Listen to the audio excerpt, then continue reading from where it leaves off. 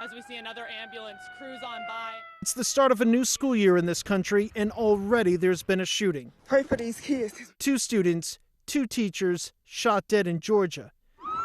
But law enforcement says somehow this could have been a lot worse if not for the technology they rolled out in just the last week. The teachers each have an ID with their picture on it, and they have a button on that ID, and they press it so many times, and it alerts us where that incident is occurring. Technology born out of lessons from past shootings that teachers need the quickest and simplest way possible to tell police something is going horribly wrong, setting off a chain of events.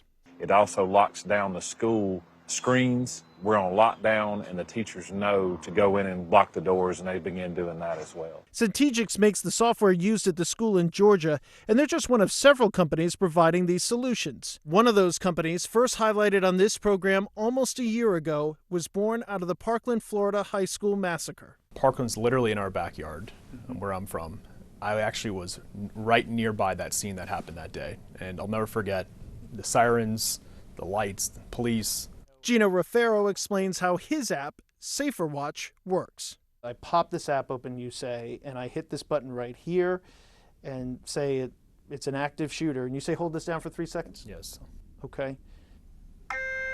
So it's instantly notifying law enforcement, and they're able to instantly see who reported the emergency, exactly where it's happening. You can see it knows exactly where in the building that we are. It knows the incident type. It knows the name of the school.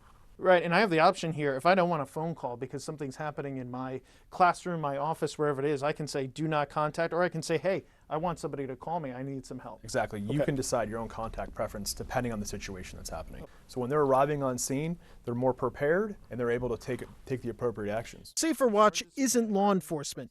They say they act as a conduit between police and people reporting a crime. It's a tool that hits home for Lori Alhadeff. My daughter was Alyssa Alhadeff, who was tragically murdered at Marjorie Stoneman Douglas High School on February 14, 2018. Alyssa was only 14 years old.